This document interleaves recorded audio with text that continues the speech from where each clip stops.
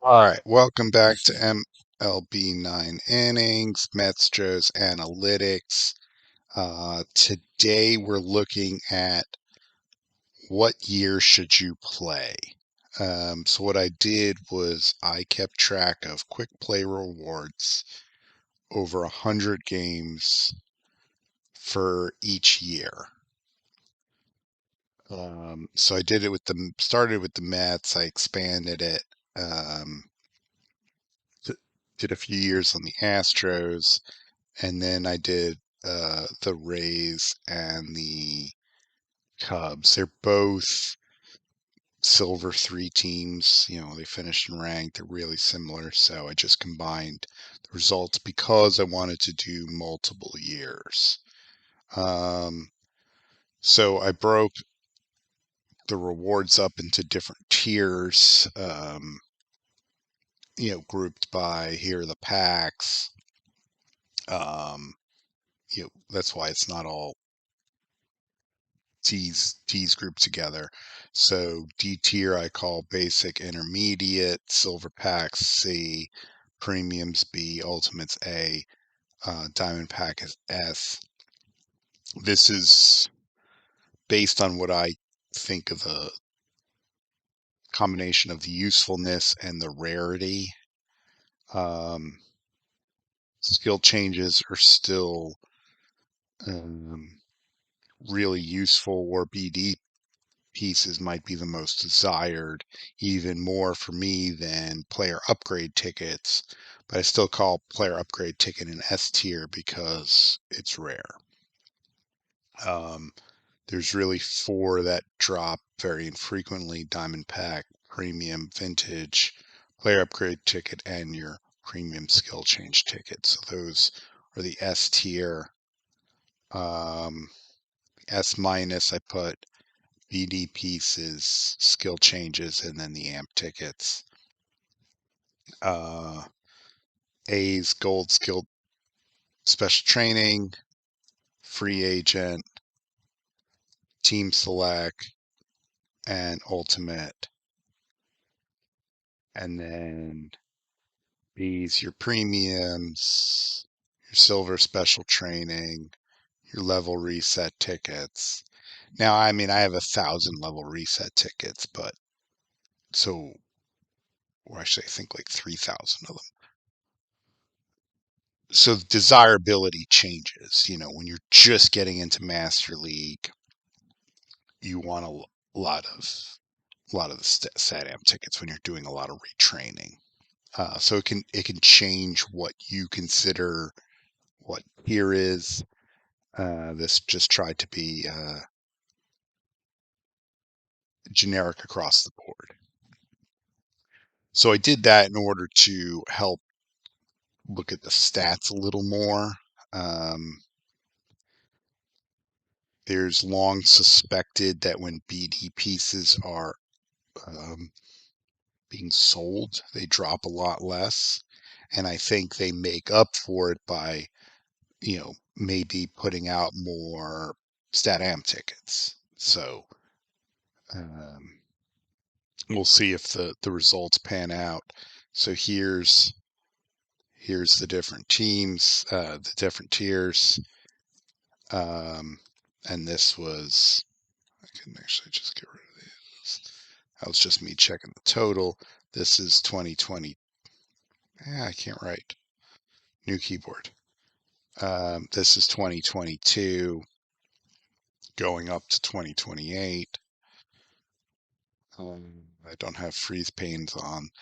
So what year would I want to play? And a little bit of the problem is there's no conclusive results. So we can see a couple things. One is your rewards do go down. That's pretty steady.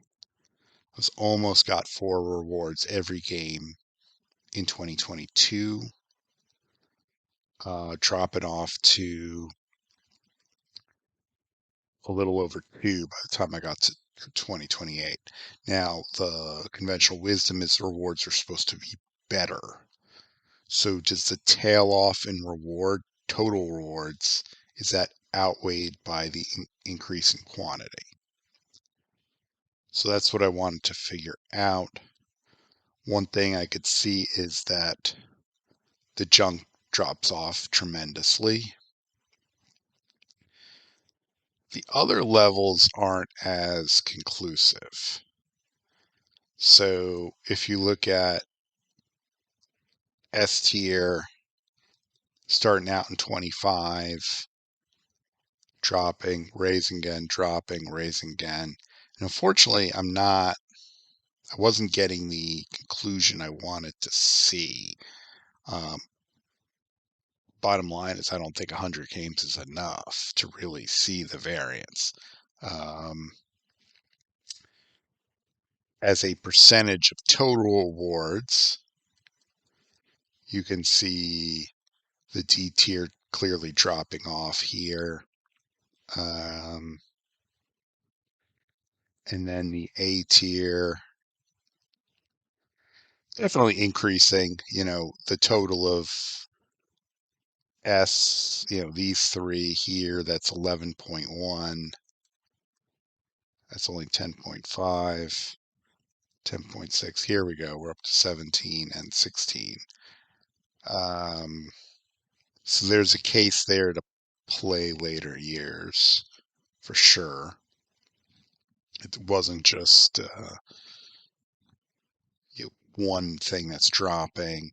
This was the Astros. We only did 3 years here, 25 through 27. Again, you have a drop off here.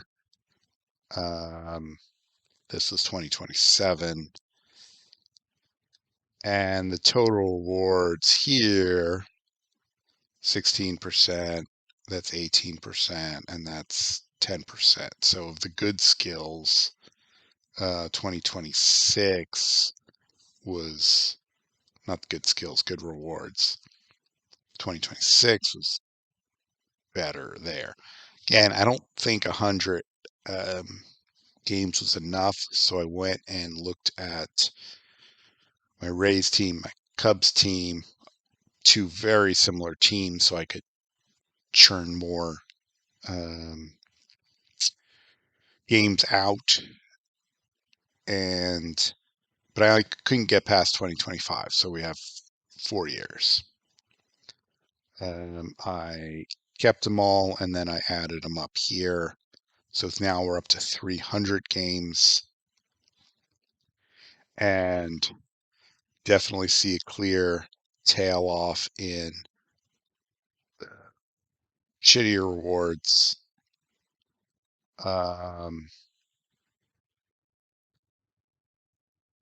And some of these were a little mixed. So 82, 65, 89, and 79. So I like this bump here, but then it started to tail off.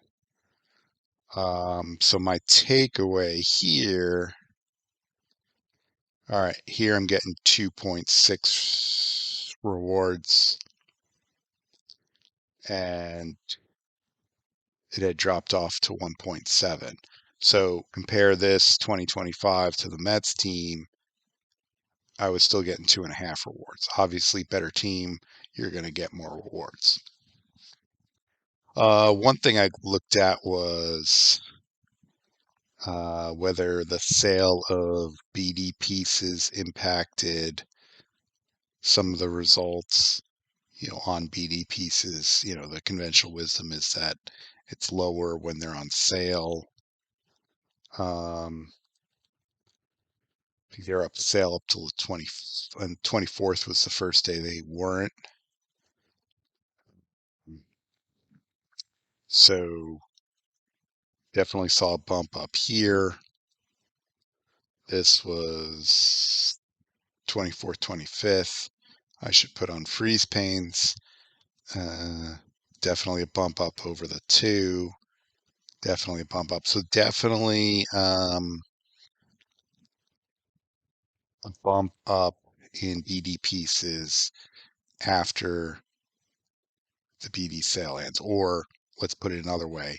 they don't drop as much for free when they're for sale. So if you're hunting BD pieces and you're using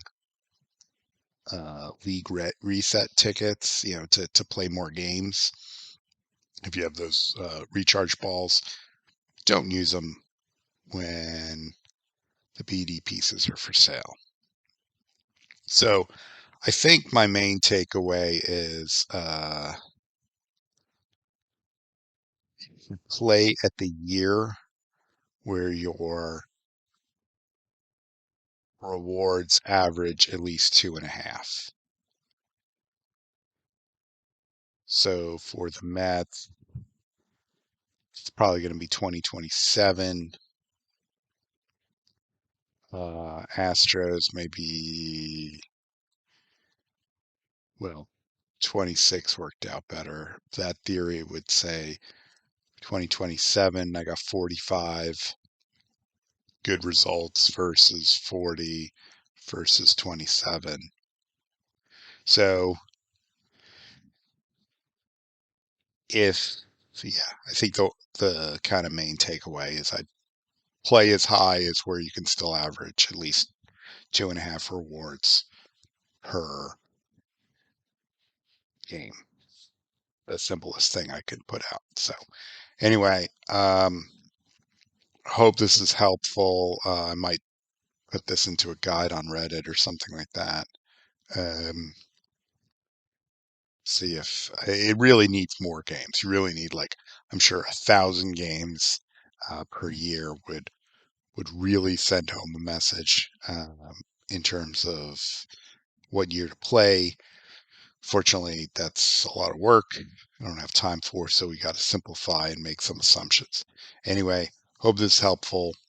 Happy grinding.